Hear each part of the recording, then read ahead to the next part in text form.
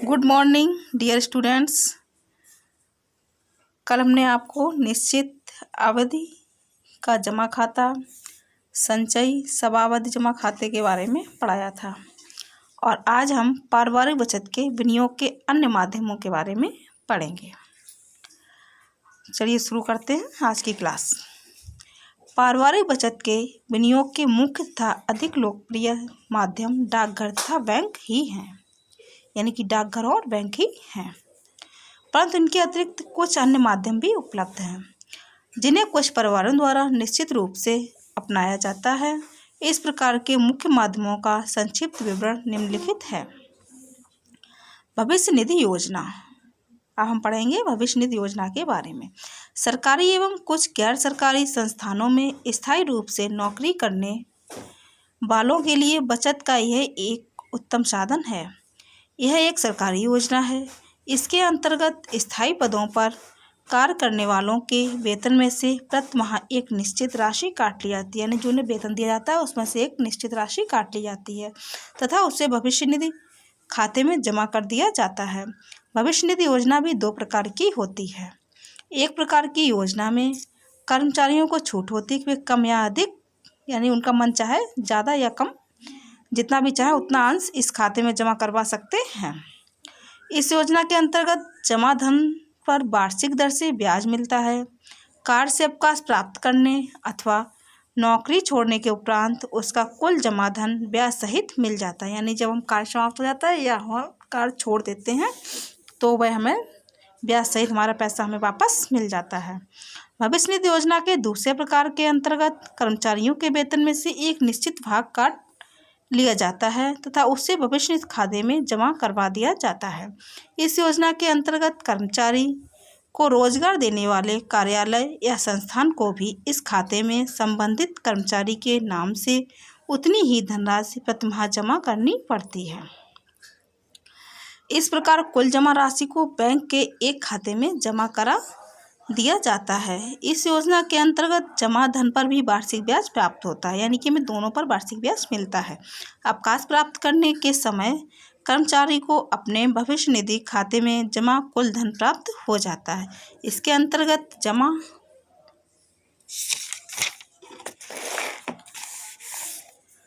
धन में से आवश्यकता पड़ने पर कुछ धन निकाला भी जा सकता है, जिसे पुनः किस्तों में जमा किया जा सकता है, यानी कि हमें आवश्यकता पड़ती है तो हम इसमें धन निकाल भी सकते हैं और बाद में किस्तों में इनको हम जमा भी कर सकते हैं। वेतनभोगी व्यक्तियों के लिए यह योजना बचत का एक उत्तम माध्यम है जो वृद्धावस्था में विशेष रूप से सहायक सिद्ध होती है। अब हम पढ़ेंगे सार्वजनिक भविष्य निधि योजना। पारिवारिक बचत के विनियोग की एक अन्य योजना भी उपलब्ध है जिसे सार्वजनिक भविष्य निधि योजना के नाम से जाना जाता है। इस योजना को कोई भी व्यक्ति अपना सकता है, भले ही वह वेतनभोगी हो, व्यवसायी हो या व्यापारी हो। यह योजना भी केंद्र सरकार द्वारा संचालित है। इस योजना में सम्मिलित होने के लिए स्टेट बैंक ऑफ इंडिया की मुख्य शाखा अथवा मुख्य डाकघर में एक खाता खोलना पड़ता है। इस खाते में व्यक्ति प्रति वर्ष कम से कम 500 रुपये तथा अधिक से अधिक 1 लाख रुपए तक जमा कर सकता है।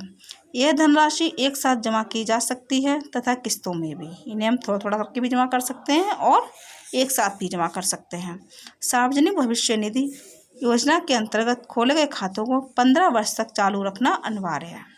इस अवधि को पुनः 5 वर्ष तक बढ़ाया जा सकता है। खाता खोलने के 3 वर्ष उपरांत उस समय तक जमा धन में से 1/4 ऋण लिया जा सकता है, जिसे किस्तों के रूप में पुनः जमा करना पड़ता है। खाते को प्रारंभ करने के 6 वर्ष पूरे हो जाने के उपरांत प्रति वर्ष खाते में से कुछ धन नियमानुसार निकाला भी जा सकता है। इस खाते में जमा धन पर वार्षिक चक्रवृद्धि ब्याज दिया जाता है। भारत सरकार ने इस योजना के अंतर्गत जमा किए जाने वाले धन पर आयकर में छूट देने का प्रावधान किया है। यदि हम इस योजना को अपनाते हैं तो इसमें हमें आयकर पर भी छूट मिलती है। इस खाते में प्राप्त होने वाले ब्याज को भी पूर्ण रूप से आयकर से मुक्त रखा गया है। इस छूट के कारण ही यह योजना दिन प्रतिदिन अधिक लोकप्रिय होती जा रही है। इस योजना में जमा धन किसी स्थिति में भी न्यायालय द्वारा कुर्क नहीं किया जा सकता है। अब हम पढ़ेंगे जीवन बीमा योजना। पारिवारिक बचत का एक उत्तम साधन जीवन बीमा योजना भी है। यह योजना संबंधित व्यक्ति को अनिवार्य तथा नियमित रूप से बचत करने के लिए प्रेरित करती है। जीवन बीमा योजना के अंतर्गत संबंधित व्यक्ति द्वारा निगम के किसी एजेंट से संपर्क स्थापित करके अपनी इच्छा, आयु तथा बचत करने की क्षमता के अनुकूल कोई पॉलिसी ले ली जाती है। पॉलिसी लेने वाले व्यक्ति को बीमे की निर्धारित किस्त मासिक, त्रैमासिक, अर्धवार्षिक तथा वार्षिक रूप से अदा करनी पड़ती है। जीवन बीमा योजना के अंतर्गत यह तय होता है कि यदि दुर्भाग्यवश संबंधित व्यक्ति की मृत्यु हो जाती है तो बीमा निगम संबंधित व्यक्ति के उत्तराधिकारियों को बीमे की कुल राशि दे देगा।